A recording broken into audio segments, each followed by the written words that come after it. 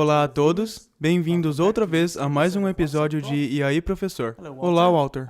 Olá, como vai? Estamos bem. Tivemos uma semana tumultuosa? Sim, e vamos tratar um pouco disso. Então, por favor, ore para começarmos. Querido Pai Celestial, há muitas questões no mundo atualmente que clamam por nossa atenção.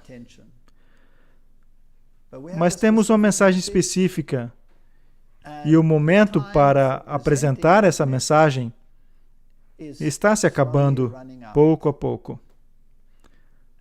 Senhor, sentimos uma urgência de levar a mensagem para que as pessoas estejam alertas ao que está por vir sobre a Terra.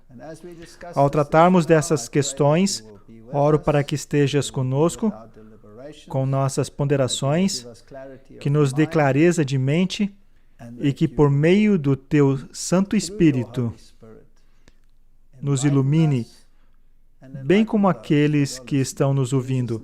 Em nome de Jesus, amém.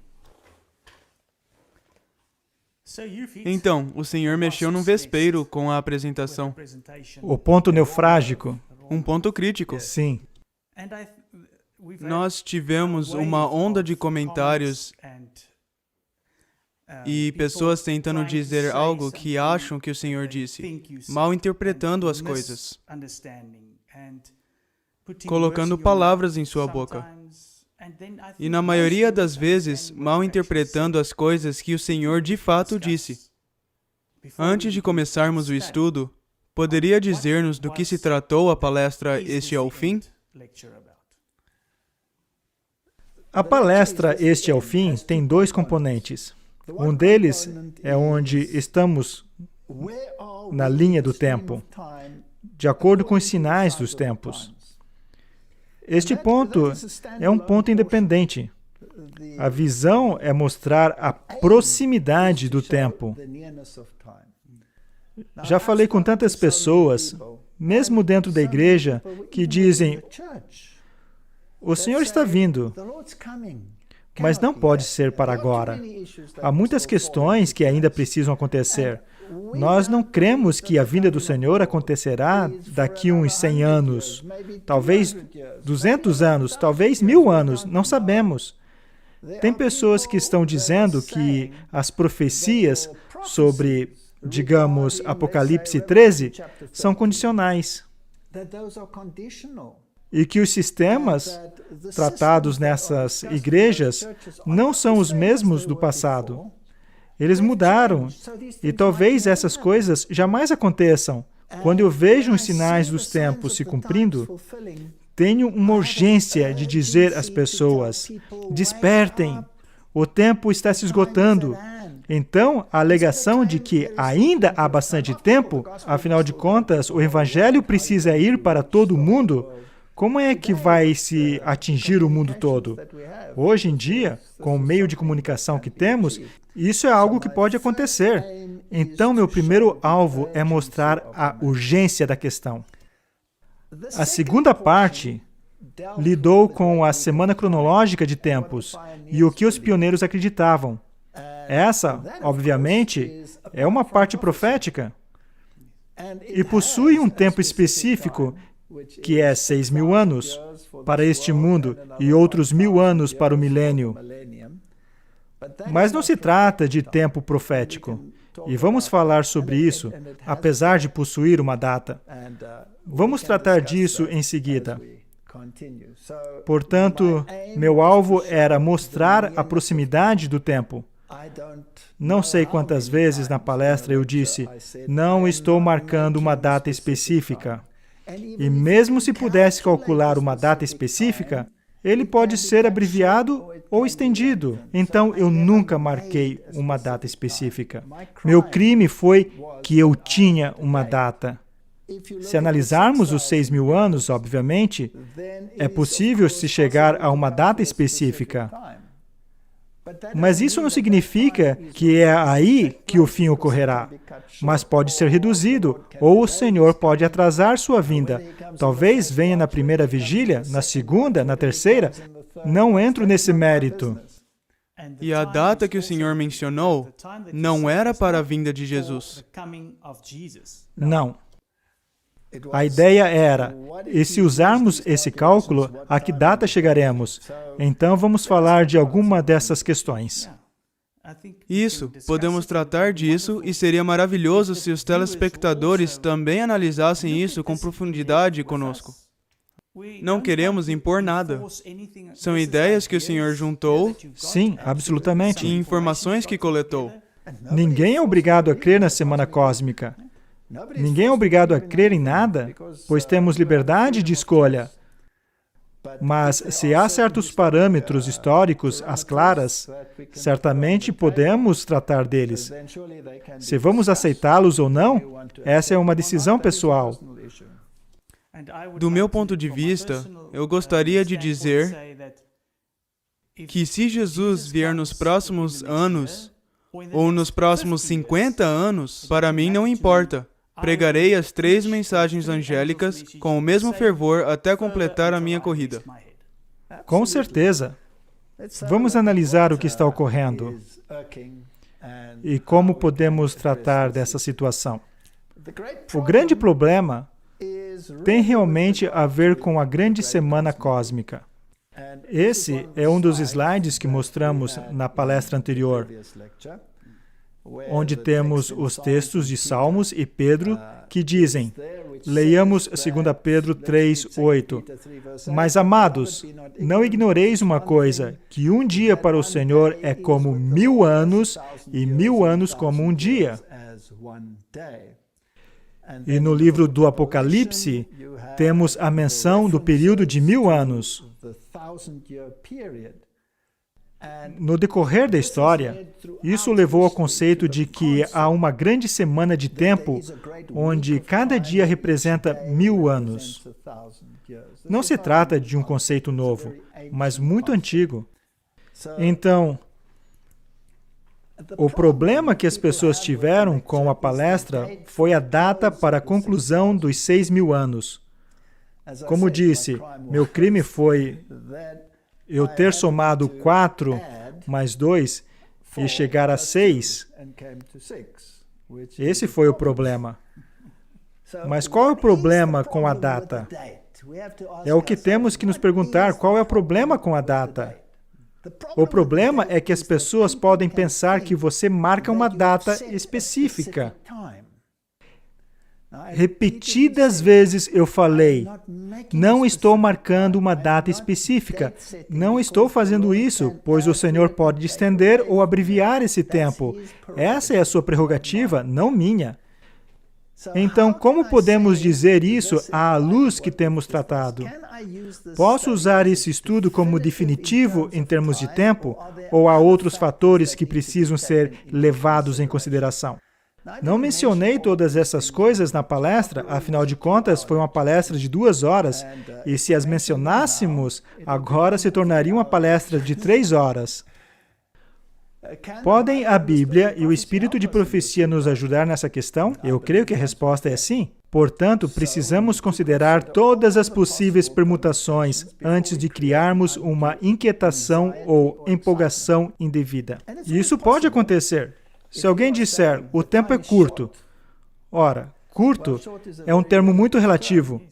Mas se dissermos, por exemplo, de acordo com um cálculo simples, existe um tempo específico em que esse período termina, mas você não pode tomá-lo como definitivo, porque pode ser estendido ou abreviado.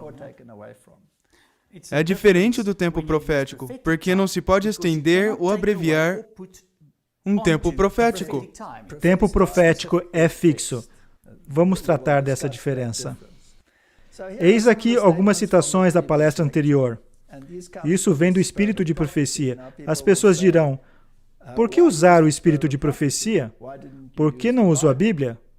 Bem, eu não usei a Bíblia porque não sentia que era o fórum para analisar. Digamos, os cálculos do bispo Asher. Então, eu usei o Espírito de Profecia, mas poderia ter usado a Bíblia.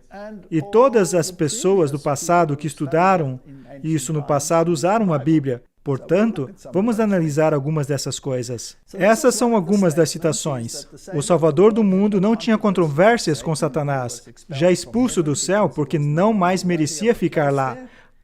Aquele que influenciou os anjos de Deus contra o seu supremo governador e contra seu filho, o amado comandante, e recrutou a simpatia deles para si mesmo, era capaz de qualquer engano. E agora temos a citação: por 4.000 anos ele tinha estado guerreando contra o governo de Deus e não perdera nada de sua habilidade ou poder para tentar e enganar. Ora, muitas das citações não são definitivas no espírito de profecia. Então, quando ela fala do período de 6.000 anos, então é um período de 6.000 anos, e ela pode usar de maneira geral. Não quer dizer que é exatamente 6.000 anos, em muitos casos. Há um outro texto que é muito interessante e que usamos na palestra. Sobre as margens do Jordão, a voz do céu, acompanhada pela manifestação da excelente glória, proclamou que Cristo é o Filho do Eterno. Sabemos quando isso aconteceu? No batismo de Jesus.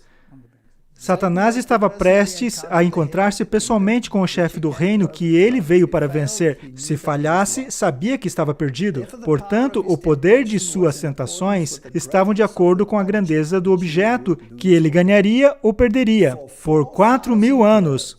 Agora temos um ponto de partida. Desde a declaração feita a Adão de que a semente da mulher feriria a cabeça da serpente, ele tinha estado planejando sua maneira de ataque. Essa citação já é mais definitiva. Temos um ponto de partida e temos um ponto de chegada. O ponto de partida é quando a promessa foi feita de que a cabeça da serpente seria ferida. E o ponto de chegada é as margens do Jordão, no batismo de Jesus. Essa citação é mais definitiva. Algumas pessoas dirão, mas ela também diz 4.000 anos até o nascimento de Cristo, ou 4.000 anos até a crucifixão. Sim, há citações assim. Se você quiser calcular assim, tudo bem. Mas essa aqui é definitiva e também tem algo mais a esse respeito que a torna especial. Na minha opinião. E acho que temos o direito de dar opinião. O que você acha? Concordo. Muito bem. Então as pessoas chegaram a conclusões distintas. Algumas adotam desde o nascimento de Cristo, outras da crucificação. Eu peguei do batismo, por causa da citação definitiva. Ora, por que para mim é importante que essa data seja mais interessante que as outras datas? Bem, por causa da profecia de Daniel. Vindo a plenitude dos tempos, o que isso quer dizer? Deus enviou seu Filho para remir os que estavam debaixo da lei, a fim de que recebamos a adoção de filhos. Gálatas 4, versos 4 e 5. Esse era o plano da redenção. A vinda do Salvador foi predita no Éden. Quando Adão e Eva ouviram pela primeira vez a promessa, aguardavam-lhe o pronto cumprimento. Qual foi a promessa? Que a cabeça da serpente seria ferido, correto? Saudaram alegremente seu primogênito na esperança de que fosse o libertador, mas o cumprimento da promessa demorava. Aqueles que primeiro a receberam morreram sem o ver. Desde os dias de Enoque, a promessa foi repetida por meio de patriarcas e profetas, mantendo viva a esperança de seu aparecimento, e todavia ele não vinha. A profecia de Daniel revelou o tempo de seu advento. Agora, mais uma vez, o tempo do seu advento, se lermos apenas essa citação, poderemos considerá-la como o nascimento de Cristo. Poderíamos interpretá-la como a crucifixão? Talvez não. Não nessa citação. Mas nem todos interpretavam corretamente a mensagem. Séculos após séculos se passou. Cessaram as vozes dos profetas, a mão do opressor era pesada sobre Israel e muitos estavam dispostos a exclamar: prolongar-se-ão os dias e perecerá toda a visão. Ezequiel 12, 22. O que consigo extrair disso? A plenitude dos tempos foi desde quando? Desde o tempo em que Adão revelou a promessa. e foi revelada na profecia de Daniel. E mais uma vez, chegamos a 27 depois de Cristo. Ora, temos uma citação profética bem específica que não pode ser mudada. E a citação de quando Adão e Eva ouviram a promessa pela primeira vez, podemos voltar à citação anterior de 4.000 anos, e esta se equivale àquela. Exatamente. Ou seja, em minha opinião, essa é a data mais notável, não a crucificação. Isso não faz dela um falso profeta, porque ela estava falando de um período de tempo, o que não precisa ser absoluto. Mas, em minha opinião, essas citações de Daniel são bem absolutas, muito absolutas. Vamos então continuar e ver como Jesus lidou com isso. Marcos 1, 13. E ali estava no deserto 40 dias. Ele entrou no deserto imediatamente após o batismo.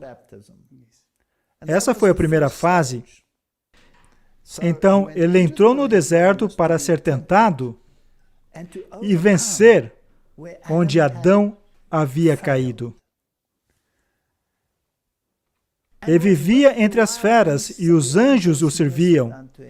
Depois disso, João foi colocado na prisão.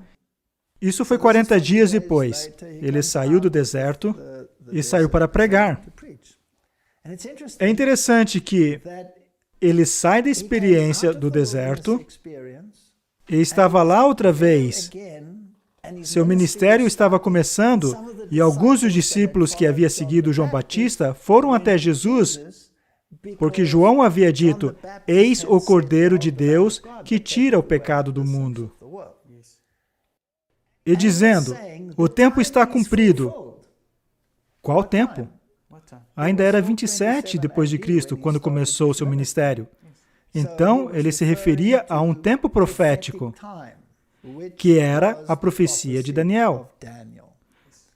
Não há dúvidas quanto a isso. Não se pode mexer nisso. É uma verdade absoluta. Algumas pessoas dizem: por que você usou o espírito de profecia? Ora, o espírito de profecia está em harmonia com a Bíblia, não está? Vejamos o que a Bíblia diz. Apocalipse 20 nos leva ao tempo da abertura do tempo profético mais longo. Não somente do tempo da semana cósmica, que é um período de tempo literal. No livro de Daniel, a profecia de 2.300 dias, após a qual não haveria mais tempo profético para prever, precisamente quando os eventos proféticos ocorreriam. No entanto, haveria sinais que os atalaias teriam que atentar. Vamos a Apocalipse 10, onde essa profecia está sendo revelada. Apocalipse 10, 6. E juro por aquele que vive para todos sempre, o qual criou o céu e o que nele há, e a terra e o que nela há, e o mar e o que nele há. Interessante, esse é o selo de Deus. Também encontramos isso no cerne do quarto mandamento, não é mesmo? Que não haveria mais demora ou tempo. Se tomarmos isso literalmente, isso significaria que o tempo parou. Quando aquele livrinho foi aberto, não haveria mais tempo. É óbvio que não é isso que significa, pois o tempo continuou. O relógio continuou contando o tempo. Isso também significaria que o tempo cósmico também continuaria sendo contado, não é mesmo? Então, o que isso significa? Quer dizer que não haverá mais tempo profético. Mas devemos vigiar quanto aos sinais. Em Mateus 24, 32, lemos: aprendei, pois, esta parábola da figueira. Quando já os seus ramos se tornam tenros e brotam folhas, sabeis que está próximo o verão. Qual é o nosso trabalho? Nosso trabalho é olhar para os sinais proféticos, que foi a primeira parte da palestra, dizendo: estamos perto. Não tente adiar para daqui a 100 anos, ou 200 anos, ou 1000 anos. Ou não será no meu tempo de vida. Bem, no meu caso, isso não seria muito tempo, pois já estou bem avançado em dias. Mas o ponto é que não haverá mais tempo profético. E não haverá mais marcação de data depois disso. Não quer dizer que o relógio não continua batendo. O ano que vem será 2021. Quer gostemos ou não, o relógio continuará batendo, mas não haverá mais tempo profético. Então o Senhor diz que não há mais tempo profético. Mas o Senhor também diz que ainda há algumas profecias que precisam ser cumpridas, mas que não dependem de tempo. Não dependem de tempo profético, correto? Há eventos que devem acontecer, mas que não há tempo profético específico quanto a quando esse evento ocorrerá. Saberemos quando ocorrerá assim que ocorrer. Ora, o espírito de profecia também é muito claro. A Bíblia diz que não haverá mais demora, ou tempo profético. E ela tem a mesma citação de que não haverá mais tempo definido após 1844. E isso não quer dizer que o relógio cósmico não continue a bater. Só significa que não haverá mais tempo específico onde se possa dizer que isso ou aquilo ocorrerá. Analisemos algumas dessas declarações. Nossa posição tem sido a de esperar e vigiar, sem proclamações de algum tempo para interpor-se entre o fim dos períodos proféticos. Em 1844. Então, após 1844, que é o final da profecia de 2.300 dias, não há mais tempo profético. E eu tratei disso na palestra. Tratei especificamente disso. Eu disse que não haveria mais tempo profético e há pessoas que estão usando o tempo profético tentando ajustá-lo ao período de tempo no qual vivemos. Isso não está de acordo com as Escrituras. E eu falei isso claramente na palestra. Mas isso não afeta o tempo cósmico, assim como o nosso tempo ainda continua. Pode não ter mais um tempo definido para a vinda de Cristo, nem mesmo em tempo cósmico. Embora o tempo cósmico nos diga que o ano que vem será 2021, quer gostemos ou não. Se o tempo se encerra em 2027, isso não quer dizer que Jesus está voltando ali. Não quer dizer que ele está voltando em 2027, mas significa que, de acordo com o cálculo simples, isso é quando será o tempo em que o período de 6.000 anos se concluirá. Mas não quer dizer que é quando Jesus voltará, e eu deixei isso extremamente claro, mas as pessoas tendem a mal interpretar. E precisamos ser muito cuidadosos. Vamos analisar mais um pouco. Então, o povo não terá outra mensagem sobre o tempo definido, depois desse período de tempo. Apocalipse 10, 4 a 6, citado aqui. Estendendo-se de 1842 a 1844, não pode haver um traçado definido do tempo profético. A contagem mais longa vai até outubro de 1844, que é quando o tempo profético termina. Qualquer tentativa de manipular essas profecias ou tirar períodos de tempo dessas profecias de tempo e torná-las tempo real, não está em harmonia com as Escrituras. A maioria, se não todas, das citações de Ellen White sobre não marcar uma data ou tempo se referem a tempos proféticos. Referem-se a tempo profético, que está bem claro. Então não devemos confundir essa questão. Temos outra. Esse tempo que o anjo mencionou com solene juramento não é o fim da história desse mundo. O tempo continua. Nem do tempo de graça, mas do tempo profético. Precisamos deixar isso bem claro, que precederia o advento de nosso Senhor. Ou seja, o povo não terá outra mensagem com tempo definido. Do que ela está falando agora? Tempo profético. Exatamente, esse é o contexto. Após o fim desse período de tempo, referindo-se ao período profético, que vai de 1842 a 1844, não pode haver um traçado definido de tempo profético. Está bem claro. O mais longo cômputo chega ao outono de 1844. Ok, o relógio não parou de bater. Não há mais tempo profético. E não podemos manipular as profecias para fazê-las dizer o que queremos que elas digam. Não podemos reaplicá-las. Não podemos. Tenho sido repetidamente advertida com referência a marcar tempo. Nunca mais haverá para o povo de Deus uma mensagem baseada em tempo. Não devemos saber o tempo definido, nem para o derramamento do Espírito Santo, nem para a vinda de Cristo. Nós não saberemos quando Cristo virá. E nós fomos alertados, recebemos mensagens de que nós estávamos marcando um tempo específico. Não marcamos, pois eu disse especificamente que não podemos usar isso, pois o tempo pode ser abreviado ou estendido. Então, não estamos marcando um tempo específico, mas isso não quer dizer que o ano que vem não será 2021. Mas o dia e hora da sua vinda não foram revelados. Agora, essa declaração é fenomenal, pois lembra que mostramos um documento de Tiago White, na palestra anterior, que ele argumentava usando alguns dos teólogos mais bem informados de sua época, que quando o versículo dizia que ninguém pode saber o dia nem a hora, nem mesmo o filho sabia o dia e a hora. Esse versículo deveria ser entendido como tornar conhecido. Algumas pessoas diriam ter um problema com essa interpretação. Por que deveria ser tornar conhecido? Mas ele sendo Deus, ele deveria saber. Alguns dirão, como Deus ele sabia, mas como homem não sabia. Fica muito confuso. Portanto, vamos analisar essa citação aqui no Desejado de Todas as Nações. É uma fonte original da Reviewing Herald. Então, basicamente, vem da mesma fonte. Então, vamos analisá-las. Mas isso é muito interessante. Mas o dia e hora da sua vinda não foram revelados.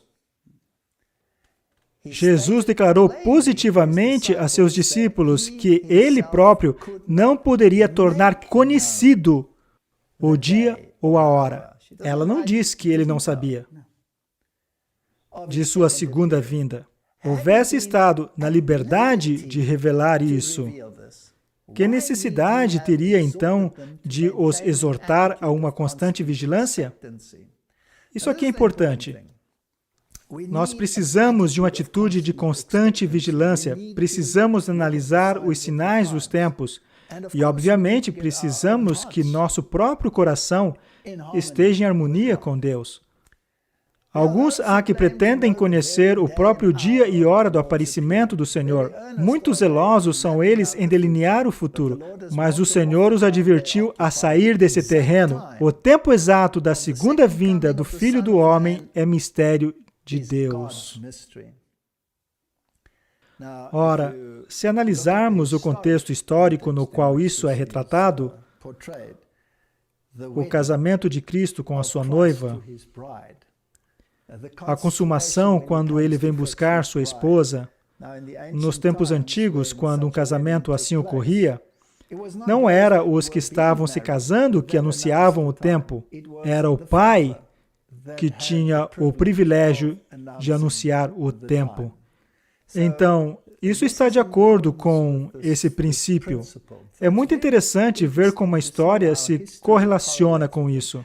Mas está bem claro que aqui ela faz uso do termo tornar conhecido, assim como Tiago White o usou em seus documentos, citando os teólogos de sua época. Não devemos viver em agitação acerca do tempo. Não nos devemos absorver com especulações relativas aos tempos e às estações que Deus não revelou. Jesus disse aos seus discípulos, vigiai. Essa foi a primeira parte da palestra, analisando os sinais dos tempos, mas não para um tempo definido. Seus seguidores devem encontrar-se na posição dos que estão à escuta das ordens de seu comandante. Devem vigiar, esperar, orar e trabalhar à medida que se aproxima o tempo da vinda do Senhor. Ninguém, no entanto, será capaz de predizer exatamente quando virá aquele tempo, mas conseguiremos dizer que o tempo está perto. Podemos usar tudo o que está ao nosso dispor para dizer que o tempo está perto?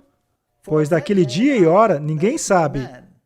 Não sereis capaz de dizer que ele virá dentro de 1, 2 ou 5 anos, nem deveis retardar sua vinda, declarando que não será por 10 ou 20 anos.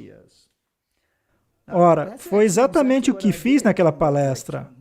Eu disse, não sei se vai ser em 1, 2, 3, 4, 5 anos. Eu não sei. Poderia ser mais. Podia até ser. Mas eu não deveria.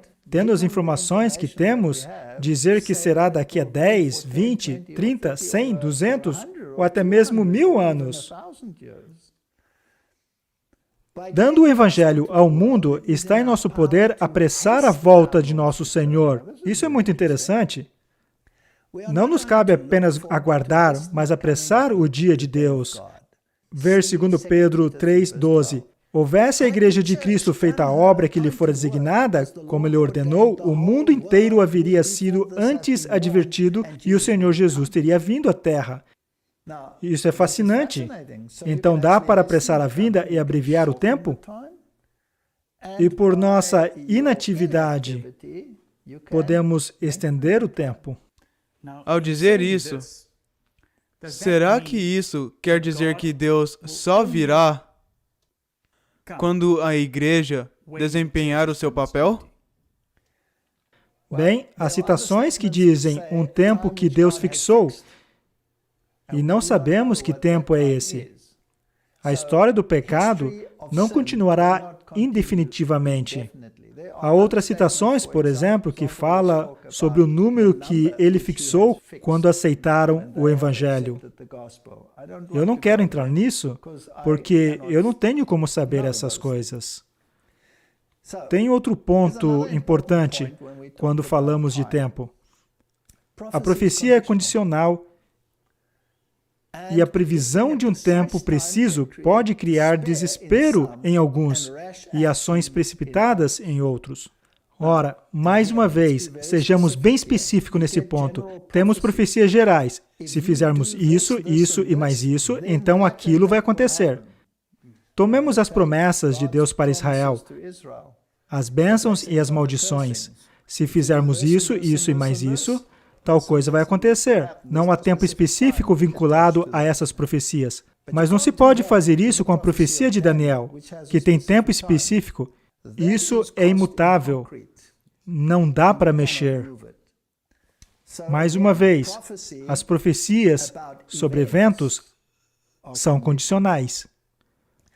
Vejamos alguns exemplos bíblicos de profecias condicionais e eventos. A queda de Nínive e a pregação de Jonas, é provável que Jonas tenha ficado estarrecido por se passar por um falso profeta, pois ele disse que daqui a 40 dias Nínive seria destruída. E isso nunca aconteceu. Por que não?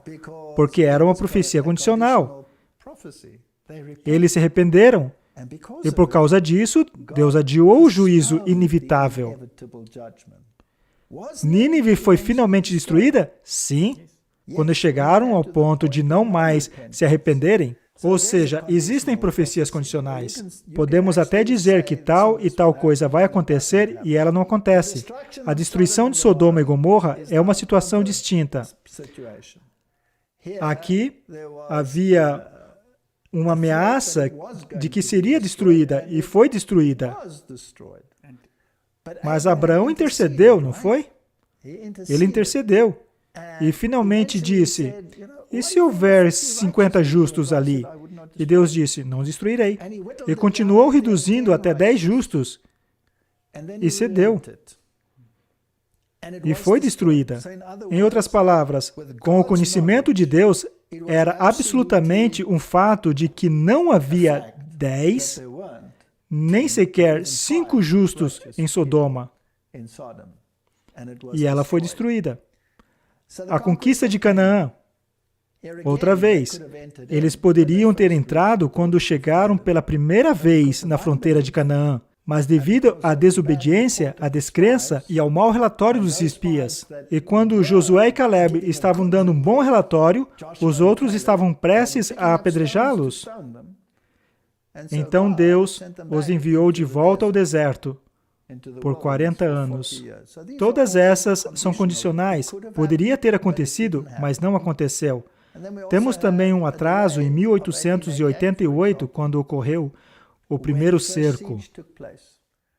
Havia leis dominicais surgindo nos Estados Unidos da América. Caso a mensagem tivesse sido espalhada em seu poder, como deveria, então Cristo poderia ter regressado já há uns 120 anos. Vamos analisar algumas dessas declarações mais adiante. Eu só queria dizer uma coisa. Se temos o exemplo de Sodoma e Gomorra e temos o atraso de 1888, de igual modo, no fim, poderemos ter o mesmo. Exatamente. A igreja deve estar perfeita antes da volta de Cristo.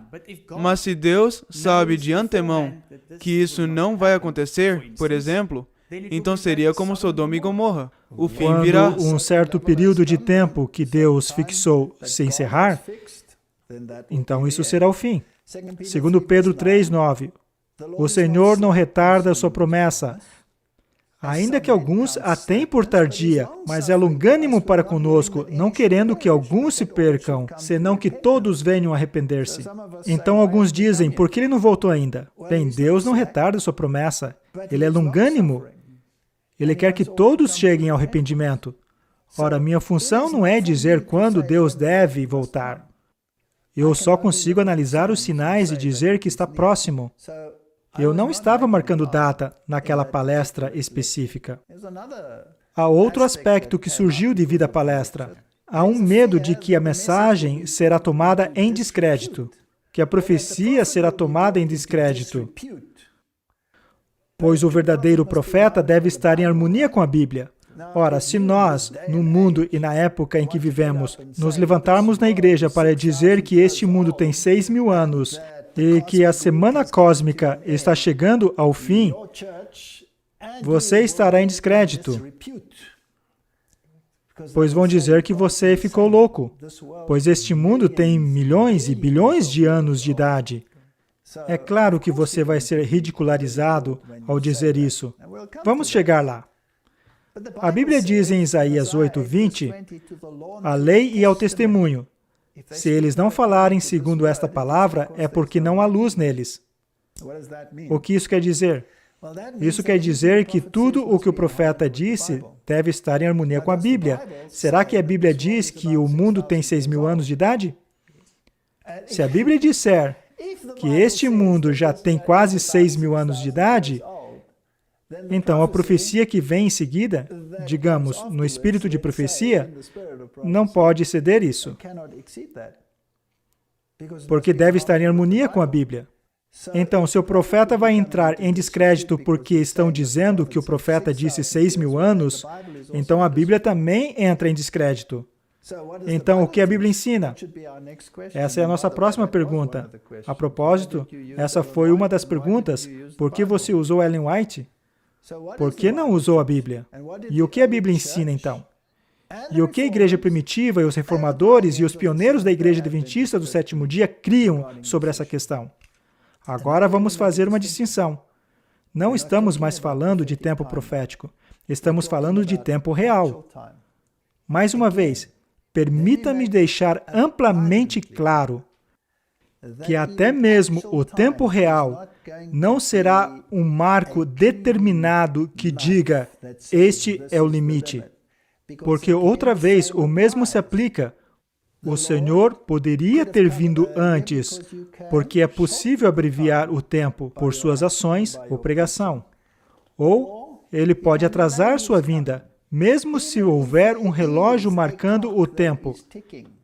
Ainda está no poder de Deus dizer se ele virá antes desse tempo ou depois desse tempo. Não cabe a mim dizer isso. O mesmo se aplica. O fato é que o relógio realmente não para.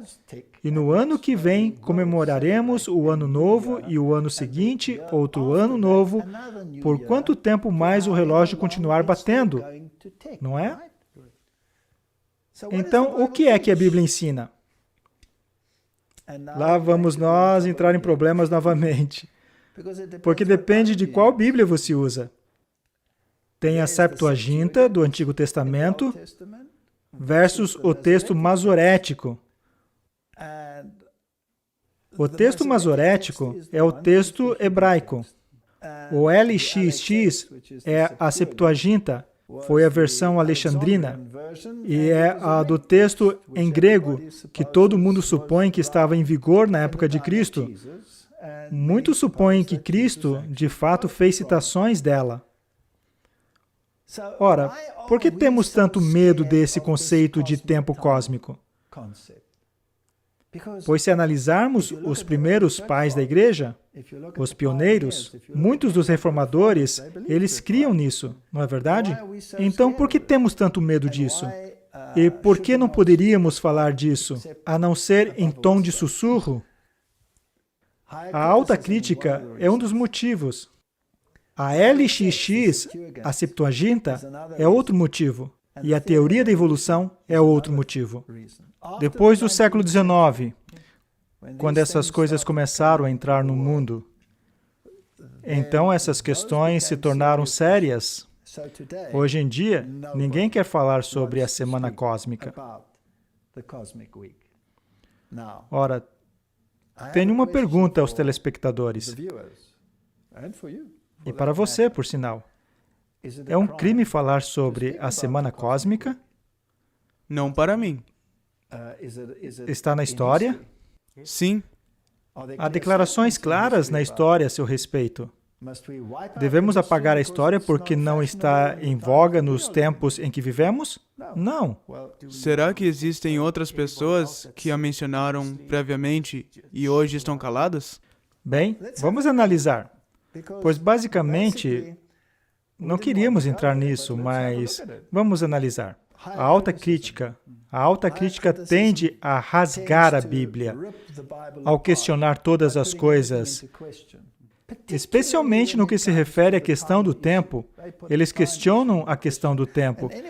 Se os manuscritos não concordam em relação ao tempo, como é que se sabe qual é o tempo? Qual é a palavra de Deus, esta ou aquela? Já tivemos essa discussão. Muitas pessoas não se simpatizam, por assim dizer, com a discussão assim. Mas para mim é muito importante saber, estou lendo o que Deus disse ou estou lendo o que as pessoas acham que Deus disse? Isso é muito importante. Então vamos analisar alguma dessas questões. Vamos à Septuaginta. Há um livro, a propósito, esta é a capa dele.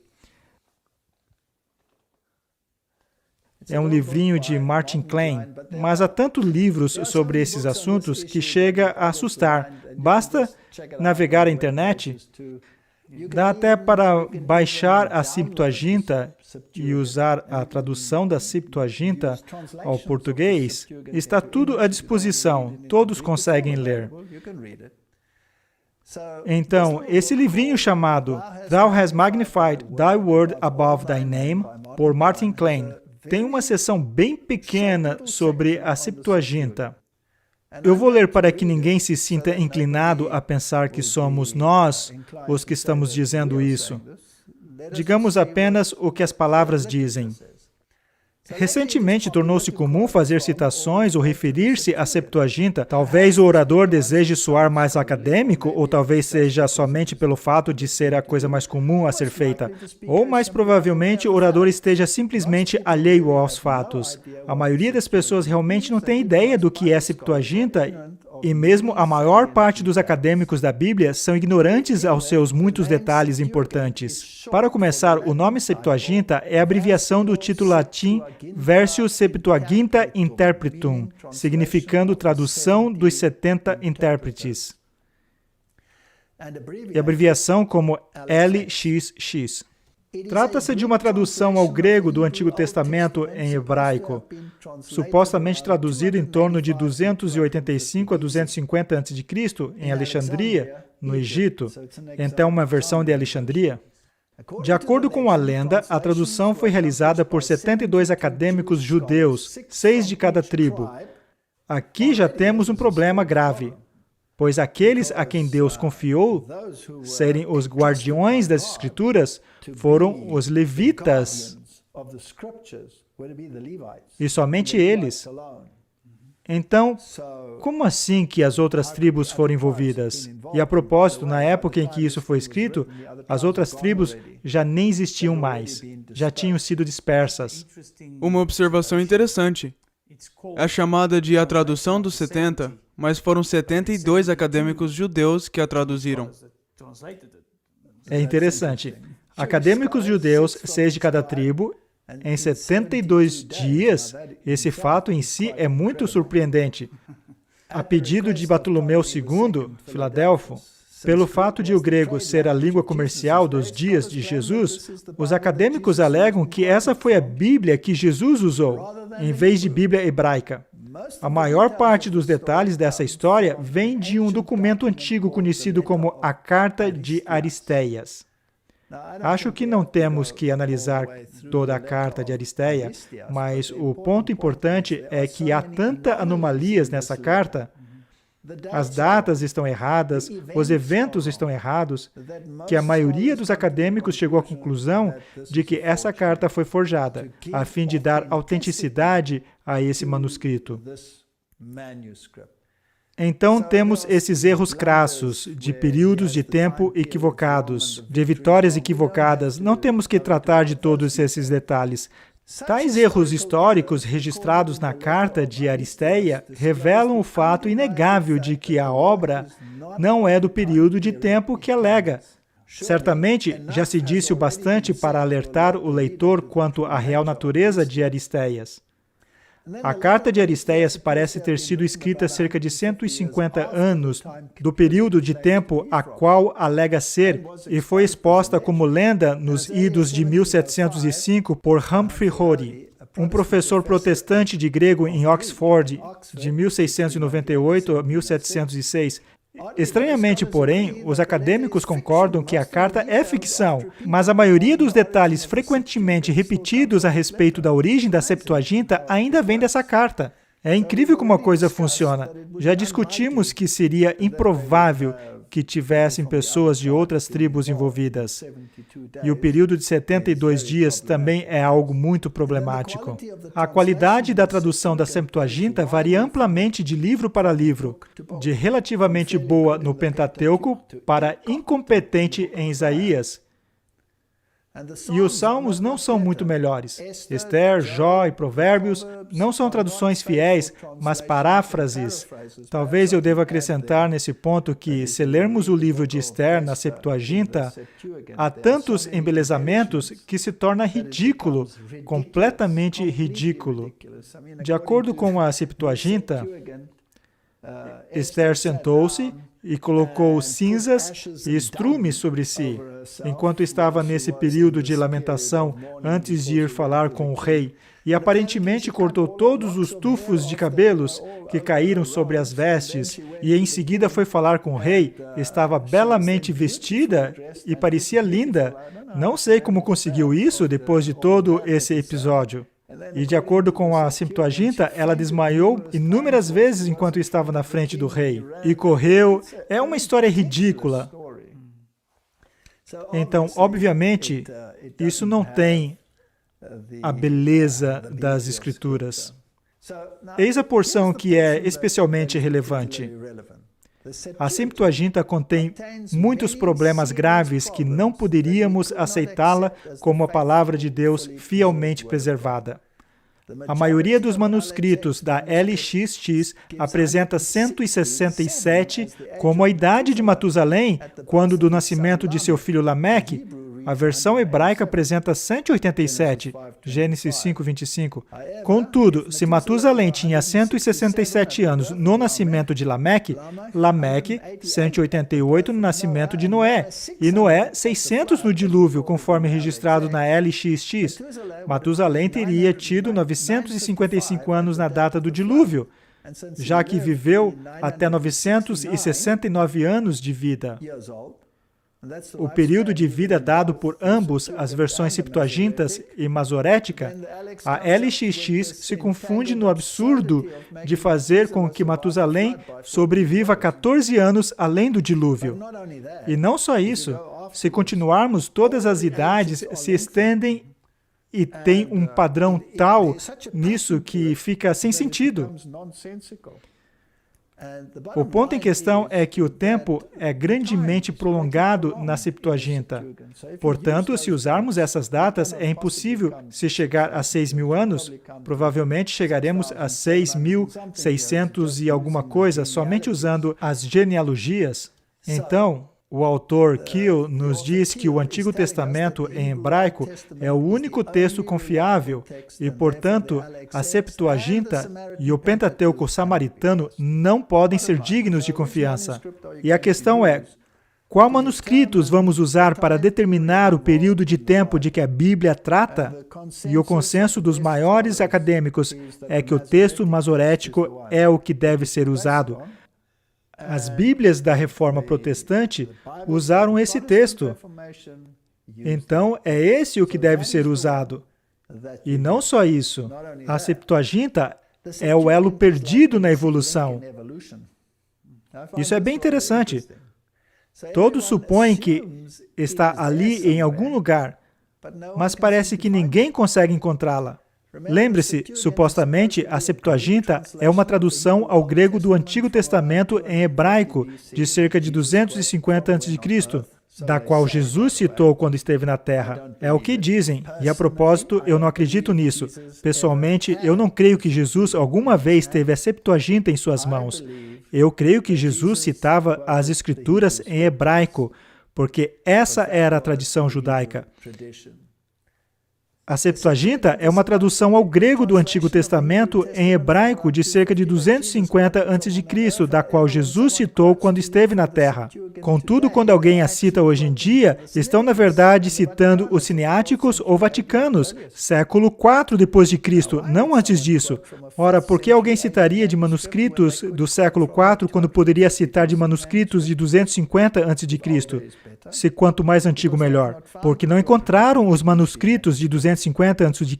Trata-se do predecessor lendário dos Siniáticos e Vaticanos que todos supõem existir e que ninguém consegue encontrar.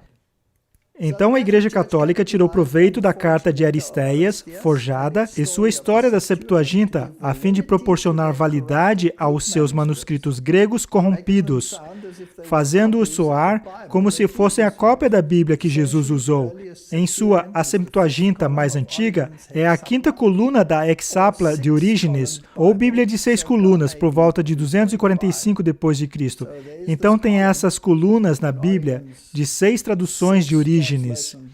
E eles usaram essas e disseram, bem, isso deve ter se baseado em algo anterior, portanto, era assim. Ora, se considerarmos que Orígenes era um agnóstico, então dá para entender alguns embelezamentos contidos nesse documento em especial. Essas são as pessoas envolvidas nesses manuscritos: Justino Mártir, Taciano, Clemente de Alexandria, Orígenes, Eusébio. Orígenes se tornou um diretor da faculdade em Alexandria em 213 d.C. O que ele ensinava?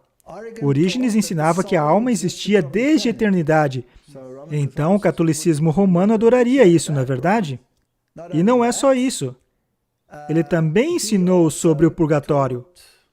Ora, isso é fascinante. Quem gostaria disso? A Bíblia não fala nada do purgatório, mas Orígenes ensinou isso. E ele deve ter tido outros problemas, pois ele se castrou. Talvez estivesse lutando contra a carne, não sei qual era o seu problema. E Orígenes disse que as Escrituras eram de pouco uso àqueles que as compreendiam conforme estão escritas. E o Espírito de Profecia diz para lermos a Bíblia como ela é. Temos um conflito entre as pessoas que pensam em termos do que a mente agnóstica diz e aquelas que creem em Deus como Ele é.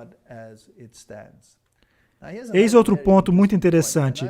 Já dei muitas palestras sobre isso. Helena Petrovna Blavatsky, uma luciferiana que estabeleceu a Sociedade Teosófica e é considerada a mão do cultismo moderno, ela concorda com Orígenes.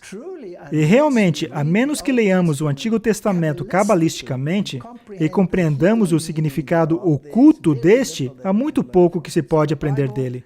Então a Bíblia é, na verdade, um documento que precisa ser lido cabalisticamente. Não se lê o que se diz, mas o que infere as entrelinhas. Isso de acordo com Blavatsky. Isso de acordo com Blavatsky. Não é só isso, mas Blavatsky considerava a Septuaginta e a Vulgata como corretas. E a Bíblia protestante, a King James, com erros. Esse é o conceito moderno hoje em dia. Eu escuto isso em todas as partes, que os piores manuscritos são aqueles usados pela King James, com base em tudo o que Martinho Lutero baseou sua Bíblia e em tudo o que a Bíblia de Genebra baseou sua versão. Então, todos esses estudos é muito fascinante para mim. Obviamente, a Septuaginta é a base da maioria das Bíblias modernas, pelo menos da porção do Antigo Testamento. Mas a influência chega a se estender até o Novo Testamento. Ora, temos todos esses períodos de tempo na Septuaginta. E será que dá para mudar esses tempos? Um exemplo que sempre me desperta o interesse é quando perguntaram a Jesus: quantas vezes se deveria perdoar um irmão? E a resposta que Jesus dá é 70 vezes 7. Ora, se lermos as traduções modernas, como a NVI, por exemplo, ela dirá 77 vezes. Ora, por que Jesus disse 70 vezes 7? É uma referência a Daniel capítulo 9. Pois o tempo de graça para os judeus como nação, para anunciar o Evangelho, foi desde a emissão do decreto durante 70 vezes 7. Correto? É esse o período de tempo profético de graça que, como nação, lhes foi conferido um status especial, como aqueles que deveriam proclamar o Evangelho. Então, quanto tempo devo perdoar meu irmão? Quantas vezes? Até o fim do tempo de graça. Essa é a resposta de Jesus. Se tomarmos a NVI, torna-se uma declaração inútil. 77 vezes. Ok. Se você me incomodar, 77 vezes é o seu limite. Não faz sentido algum. Só por curiosidade, como os reformadores viam isso? Será que usaram os períodos de tempo na Bíblia? Eu recebi uma carta interessante que não entrei em detalhes, mas que é interessante. A Bíblia de Genebra, por exemplo, foi escrita em 1560. Há um registro detalhado da história da Terra desde a época de Adão, Noé, Abraão, Israel, no Egito, etc. Quando chegaram em 1560, quantos anos haviam calculado que a Terra tinha? Lembrem-se, isso é na época dos reformadores, não é na época de Ellen White. 1560 foi a época dos reformadores, e eles computaram a Terra, então, como tendo 5.534 anos e 6 meses. Não sei como chegaram a isso, mas, bem, é o que eles disseram. E essa pessoa continuou até 2020 para saber a idade da Terra em 2020 e chegou à conclusão, se acrescentarmos esse tempo, que seria 5.994. E quando os 6.000 anos chegasse, estaríamos em 2027. Isso é apenas a Bíblia, não tem nada de espírito de profecia. É pura coincidência, é só um ponto interessante, não façamos disso uma grande coisa. Mas vamos ver como os reformadores usaram esse período de tempo, ou esses períodos de tempo. Então, a King James usou a cronologia de James Ussher, autor da famosa obra Os Anais do Mundo. James Ussher foi o arcebispo de Armagh, da Igreja de Irlanda, e primaz de toda a Irlanda entre 1625 e 1666. Algumas das versões posteriores tinham notas de rodapé de Ussher. Ussher não é muito aceito hoje em dia. Na verdade, é bastante ridicularizado em alguns círculos, mas ele foi um acadêmico de muito renome. E os cálculos que ele fez são a base das ideias de muitos pensadores sobre a semana cósmica. Algumas pessoas creem que Ellen White pode ter sido influenciado pelas cronologias de Ussher em suas declarações. Mas as declarações dela não têm a ver com isso. São bastante definidas. Não são como Ussher, que dá datas específicas para eventos específicos.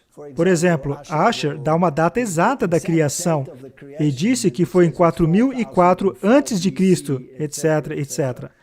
Não vamos entrar nesse mérito, mas o fato é que os teólogos da história do mundo têm usado a cronologia bíblica para determinar onde estamos na corrente do tempo.